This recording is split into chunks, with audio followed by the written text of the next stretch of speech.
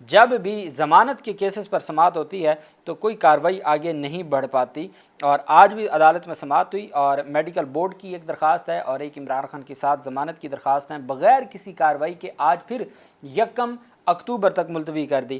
عمران خان کے وکلاء پیش ہوئے، دہشت گردی عدالت کے جج امجد علی شاہ کے عدالتی عملے نے وکلاء کو سماعت کی تاریخ دی، اور عمران خان کے وکلاء کی جانب سے 7 مقدمات میں درخواست ضمانت فاضل عدالت میں جو دائر کی گئی تھی۔ عمران خان نے جو اڈیالہ جیل میں میڈیکل بورڈ تشکیل دیے جانے سے متعلق بھی درخواست عدالت میں زیر سماعت ہے۔ آج فریقین سے دلائل طلب کیے گئے تھے، سماعت بغیر کارروائی ملتوی کر دی گئی ہے، اور چونکہ جو یہ کہا جا رہا ہے کہ امجد علی شاہ صاحب کے عملے نے وکلاء کو سماعت کی تاریخ دی ہے، تو اس کا مطلب یہ ہے کہ جج صاحب آج چھٹی پہ تھے، اور پہلے بھی 2-3 دفعہ ایسا ہوا ہے کہ جج صاحب رخصت پہ ہوتے ہیں جس دن اس کیس کی سماعت ہوتی ہے، تو 1 اکتوبر تک بغیر کارروائی ملتوی کیا گیا ہے، اور اب 1 اکتوبر کو اگر دلائل ہو جاتے ہیں تو اس کے بعد دیکھنا ہوگا کہ یہ ضمانتیں منظور ہوتی ہیں یا نہیں ہوتی۔ یہ ایک پیش رفت سامنے آئی ہے۔ اچھا، جسٹس محسن اختر کیانی صاحب بڑے تگڑے انداز میں آئینی اور قانونی ذمہ داریاں نبھا رہے ہیں۔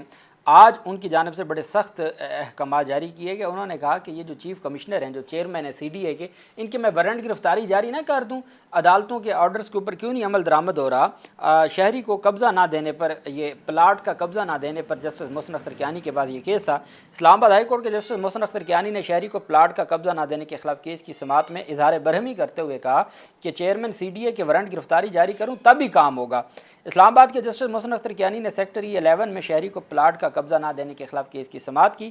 عدالتی حکم کے باوجود متاثرہ شہری کو پلاٹ کا قبضہ نہ دینے پر جسٹس محسن اختر کیانی نے وکیل CDA سے مکالمہ کرتے ہوئے کہا کہ اتنے عرصے سے کیس چل رہا ہے، ابھی تک متاثرین کو قبضہ کیوں نہیں دیا گیا؟ کیا چیئرمین CDA کے وارنٹ گرفتاری جاری کر دوں تب کام ہوگا؟ اپنے آفس میں جا کر بتائیں، اپنا کام پورا کریں، ورنہ وارنٹ گرفتاری ہوں گے، پھر جرمانہ بھی ہوگا، اور چیئرمین اور بورڈ کو یہاں بٹھا کر کہوں گا کہ آرڈر کریں، پھر آپ کو پریشانی ہوگی۔ اگر میں نے آرڈر کر دیا نا، اپنے آفس میں جا کے ان کو بتائیں، اگر میں نے آپ کے وارنٹ جاری کر دیے تو پھر آپ کو پریشانی ہوگی، پھر جرمانے بھی ہوں گے، اور پھر میں یہیں بٹھا کے آرڈرز بھی کرواؤں گا۔ محسن اختر کیانی نے کہا جب وارنٹ جاری ہوں گے یا کوئی اور سخت آرڈر ہوگا تو پھر ان کی ذات پر حرف آئے گا، انہیں سمجھائیے گا۔ بے شک انہیں سمجھ نہ آئے، لیکن لا افسر کا کام ہوتا ہے ان کو سمجھانا۔ انہوں نے کہا ٹھیک ہے، ان کو نہیں سمجھ آنی نا، آپ پھر بھی سمجھائیے گا، آپ ان کو سمجھائیں، لیکن میں آپ کو بتا رہا ہوں کہ وارنٹ گرفتاری میں جاری کر دوں گا۔ وکیل CDA نے کہا کہ ممبر CDA بورڈ 4 ہفتوں کی رخصت پر ہیں، وقت دیا جائے۔ عدالت نے کہا جو 4 ہفتے کی چھٹی پر ہیں انہیں کہیں آئندہ سماعت سے قبل متاثرہ شہری کی داد رسی کریں، ممبر بورڈ کو بتائیں، اگر عدالتی حکم پر عمل درآمد نہ ہوا تو چھٹی کے باوجود عدالت آ جائیں۔ وکیل درخواست گزار نے کہا کئی سال گزر گئے، CDA اپنی ذمہ داری پوری نہیں کر رہا، عدالت نے آئندہ سماعت تک متاثرہ شہری کو پلاٹ کا قبضہ دینے کا حکم دیتے ہوئے کیس کی سماعت ملتوی کر دی، یا عدالت نے کہا بھی ان کو قبضے کا آرڈر کر کے آئیں اور ان کے ہینڈ اوور کریں قبضہ، یا پھر اگلی تاریخ پہ عدالت میں ذاتی حیثیت میں سارے پیش ہوں۔ عدالت نے کہا ایسے نہیں ہو سکتا کہ آپ آئین اور قانون کی خلاف ورزی کریں اور آئین کی اور قانون کی خلاف ورزی پر آپ کو کوئی پوچھے بھی نہیں، ایسے نہیں ہو سکتا، یہ عدالت کی جانب سے واضح طور پر کہا گیا۔ اب دیکھنا یہ ہے کہ عدالتی احکامات پر عمل درآمد کس حد تک ہوتا ہے۔ سب سے جو اہم چیز ہے وہ یہ ہے کہ پاکستان تحریک انصاف کی جانب سے جو بار بار یہ بات کی جاتی ہے آئین اور قانون کے اوپر عمل درآمد کی، 26ویں آئینی ترمیم کے بعد جو پاکستان تحریک انصاف اعتراض بھی کرتی ہے، پاکستان تحریک انصاف یہ سمجھتی ہے، حتیٰ کہ سلمان اکرم راجہ صاحب آج توشہ خانہ 2 کیس کی فائنل سماعت جاری ہے۔ سلمان صفدر صاحب گاڑی کے اوپر گئے ہیں اڈیالہ جیل میں۔ سلمان اکرم راجہ جو پاکستان کا ایک بڑا نام ہے، اور وہ 9 بجے سے اڈیالہ جیل کے باہر کھڑا ہے، 12 بجے تک ان کو کسی نے اندر جانے نہیں دیا۔ سلمان صفدر اپنی گاڑی میں بٹھا کے ان کو لے کے جانے کی کوشش کر رہے تھے، تو انہوں نے کہا جی کہ سلمان اکرم راجہ نہیں جا سکتا، باقی جا سکتے ہیں۔ سلمان اکرم راجہ کے ساتھ اس طرح کا جو رویہ ہے نظام کا، وہ یہ بتاتا ہے کہ وہ بہت زیادہ تکلیف دیتے ہیں نظام کو۔ یہی وجہ ہے کہ نظام نے ان کے نام پہ کانٹا لگایا ہوا ہے۔ اب توشہ خانہ میں اگر آج 2 گواہوں پہ جرا مکمل ہو گئی تو عدالت نے کل کے لیے 342 کی سٹیٹمنٹ کے لیے رکھ دینا ہے، اور ہفتے والے دن عدالت جو ہے وہ آرگومنٹ سنے گی، اور ہو سکتا ہے فیصلہ محفوظ کر کے منڈے کو سنائے، یا ہو سکتا ہے ہفتے والے دن ہی فیصلہ آ جائے۔ تو ادھر 25 ستمبر کو سزا معطل ہو بھی گئی تو اس کے تحریری حکم نامہ آنے میں 4 دن لگیں گے۔ ابھی تو وہ 7 مقدمات میں 26 نومبر والے جس کا میں نے ابھی آپ کو بتایا اس میں بھی ضمانت نہیں ہوئی، باقی باتیں تو الگ ہیں نا۔ تو اس وجہ سے نظام کس طریقے سے کھیل رہا ہے وہ سب کے سامنے ہے، اور نظام بری طرح ایکسپوز بھی ہو رہا ہے۔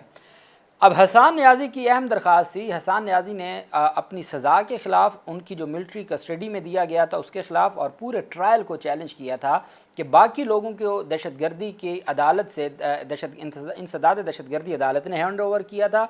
صرف حسان نیازی کی جو کسٹڈی تھی وہ ایس ایچ او سے لی گئی آرمی حکام کی جانب سے. اس وجہ سے چونکہ وہ جو وائڈ اب انیشیو ہے جو آغاز سے ہی غیر قانونی ہے، تو اس کسٹڈی کو، اس ٹرائل کو اور پھر سزا کو کالعدم قرار دیا جائے اور رہا کرنے کا حکم دیا جائے. اس پر عدالت نے اعتراض لگایا اور یہ 2 ہفتے یہ اعتراض چلتا رہا. اعتراض یہ تھا عدالت کی جانب سے کہ جی یہ رجسٹرار آفس نے اعتراض لگایا تھا کہ انہوں نے جو اٹیسٹڈ کاپیز ہیں، وہ جو ٹرانسفر ہے ملٹری کسٹڈی میں، وہ جو لیٹر ہے اس کی مصدقہ کاپی، اور پھر جو آرمی عدالت میں ٹرائل ہوا ہے یا کوئی سزا ہوئی ہے تو اس کی اٹیسٹڈ کاپی، اس پر عدالت کو بتایا گیا کہ حضور وہ اٹیسٹڈ کاپی نہیں ملتی. عدالت نے وفاقی حکومت کو کہا کہ بھئی آپ نے ایک بندے کو سزا دی ہے، اس کو ڈاکومنٹس تو دیں، اس کو ریکارڈ تو دیں، یہ تو اس کا قانونی حق ہے. خیر عدالت نے وفاقی حکومت کو کہا کہ آپ ہدایات لے کے پیش ہوں. وہ ہدایات لے کے پیش ہوئے. کل عدالت نے سماعت کی اور سماعت کے بعد فیصلہ محفوظ کیا تھا، جو فیصلہ آج سنایا گیا ہے. اور جسٹس شاہد کریم صاحب نے تمام اعتراضات کو کالعدم قرار دیتے ہوئے میرٹ کے اوپر کیس کو سماعت کے لیے مقرر کرنے کا حکم دے دیا ہے. درخواست کو قابل سماعت قرار دے دیا ہے. اور آبجیکشنز، آفس سب سے اہم چیز ہی آفس آبجیکشن تھی، آفس آبجیکشنز کو کالعدم قرار دے دی، اوور رول کر دیا ہے. اور عدالت نے جو رجسٹرار آفس ہے ان کو کہا ہے کہ کیس کو باقاعدہ نمبر لگا کے سماعت کے لیے مقرر کیا جائے.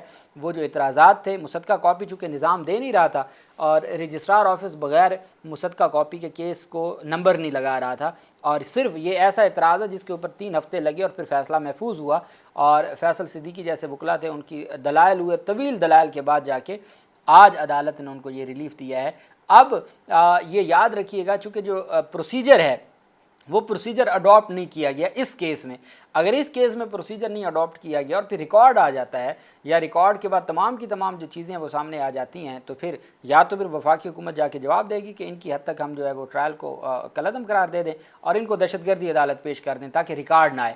لیکن پھر 45 دنوں میں ہائی کورٹ میں اپیل کا حق تو دینا ہے نا آپ نے، جو آپ کی آئینی بینچ نے آرڈر کیا ہے. تو آئینی بینچ کے آرڈر پر جب پھر ہائی کورٹ میں اپیلیں جائیں گی تو ریکارڈ تو آئے گا، ساری چیزیں تو سامنے آ جائیں گی. تو یہ چیزیں تمام کا تمام جب ریکارڈ سامنے آئے گا تو معاملات اور مزید دلچسپ ہو جائیں گے. اللہ پاک پاکستان کا حامی و ناصر ہو. بہت شکریہ. اللہ حافظ. پاکستان زندہ باد.